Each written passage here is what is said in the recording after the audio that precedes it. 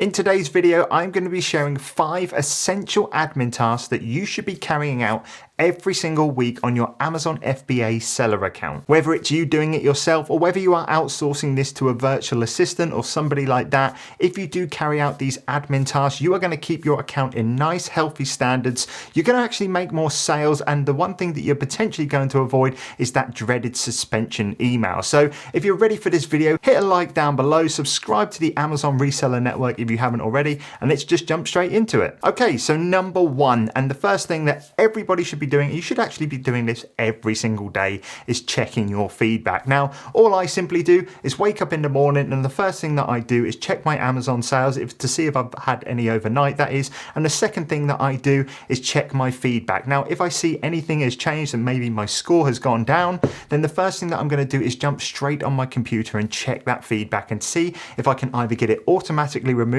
or if there are any extra steps that I can do to improve that. Now, I know some people say that seller feedback doesn't really matter that much, but I think it's still a really good exercise to make sure you keep high standards with your seller account. And of course, I personally think the higher your seller feedback is, the better you are going to look in terms of Amazon looking at you as a seller. So that's number 1, checking your feedback every single day to see if anything has changed, and if there is anything negative for you, then that's the thing where you're going to want to actually go onto your Amazon account on your desktop and actually take action on that bad feedback. The second thing that you're going to want to be checking either once or twice every single week is your account health page. Now, to be able to get to your account health page, it's very simple. You just simply go to your Amazon dashboard, you go down to performance, you go to account health, and this will take you to your account health dashboard. And this is basically where if there were any issues with your account, whether it be IP claims, compliance documents, or maybe merchant fulfilled tracking, missing tracking information,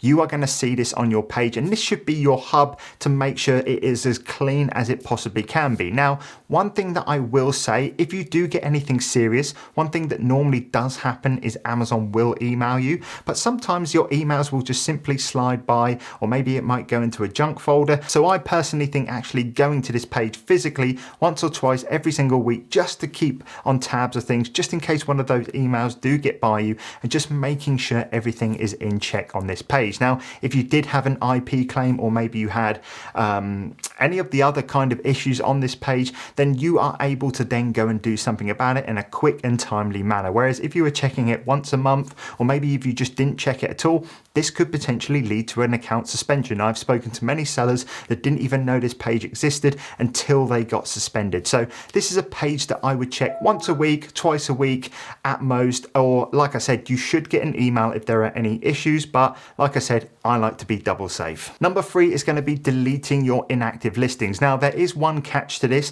Obviously, if you are doing replenishables and you plan on getting that product in within the next week or so, then obviously you don't want to go and delete that listing. There is absolutely no point, because you're only going to be adding it back on, and it's only going to take you a little bit more time. But let's say you've gone and bought a one-off product that you've maybe picked up in a clearance sale, or a product that you simply know that you are not going to be buying at least for the next kind of couple of weeks or month or so, then you're going to want to be deleting those inactive listings, because this is going to have a negative effect on your IPI score. Now, if you didn't know what IPI is, it's your Inventory Performance Index. I believe I've got that right. But basically, this judges how much products you can actually send into Amazon and the storage that you can have in an FBA fulfillment center. Now, if you are deleting your inactive listings, this is only going to push your IPI score up, which is going to allow you to send more products into Amazon, which is obviously going to lead to more sales. This is simply just something where I have a 15-minute slot in my calendar when I'm super busy, which I just go to the inactive listings, select every single one,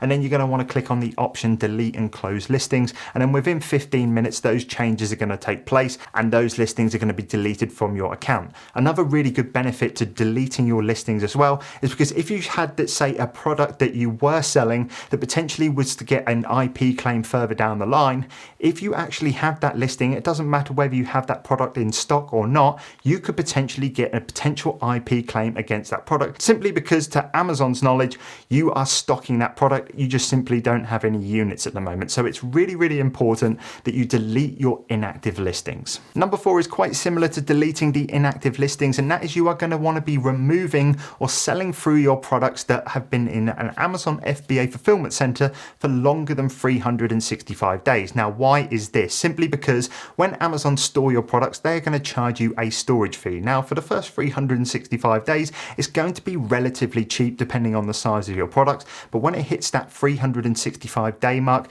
you are then going to be up for long-term storage fees, and this is going to cost you considerably more money. Now, to be able to check the products that have been in an Amazon fulfillment warehouse for more than 365 days is very, very simple. Once again, on your Amazon seller dashboard, you simply go to the menu on the left-hand side. If you are using the new menu, you go down to inventory, and then you're going to want to be clicking on inventory planning. And then what you will see is a little bit of a kind of chart down the bottom here, which simply says the FBA inventory age. As you can see in my example here, we have 0 to 90 days, we have 91 to 180 days, and then we have 181 to 365 days, and then we have 365 plus. Now, your goal is to simply have nothing in your inventory age that is over 365 plus. Once again, this is going to affect your IPI score, and you don't really want to be selling products that have been in stock for more than 365 days, because the likelihood is once the storage fees hit on them, it's probably going to wipe out a lot of your profits. So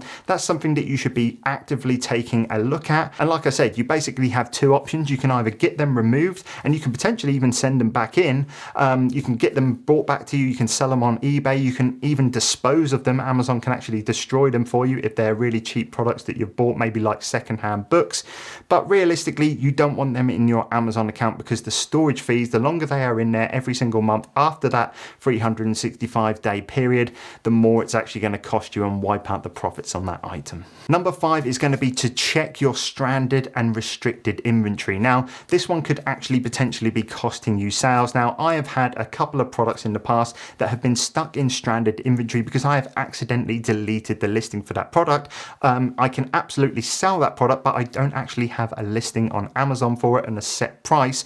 And this is something that you should be checking all the time, because people do make mistakes. Obviously, if you don't have a listing, you can just simply go ahead and create a listing, and because you have that product in stock and there is a quantity of it, Amazon will automatically start selling that product for you. So that's one case. And then with the restricted inventory, sometimes obviously Amazon will block you from selling products for one reason or another. Once again, just like the long-term storage fees, you want to be getting those products back as soon as possible, maybe listing them on eBay and getting your money back as soon as possible. But one thing that I like to do is try to limit the amount of stranded and restricted inventory that I have in my account. But there you go, guys, 5 extremely simple admin tasks that you need to be carrying out every single week that can, number 1, of course, like I said, increase your IPI score and allow you to send more products into Amazon. Number 2, potentially allow you to make more sales. And then number 3, the main thing is to avoid potentially that dreaded suspension email. So I hope you liked this video. Like I said, subscribe to the Amazon Reseller Network if you want more videos like this.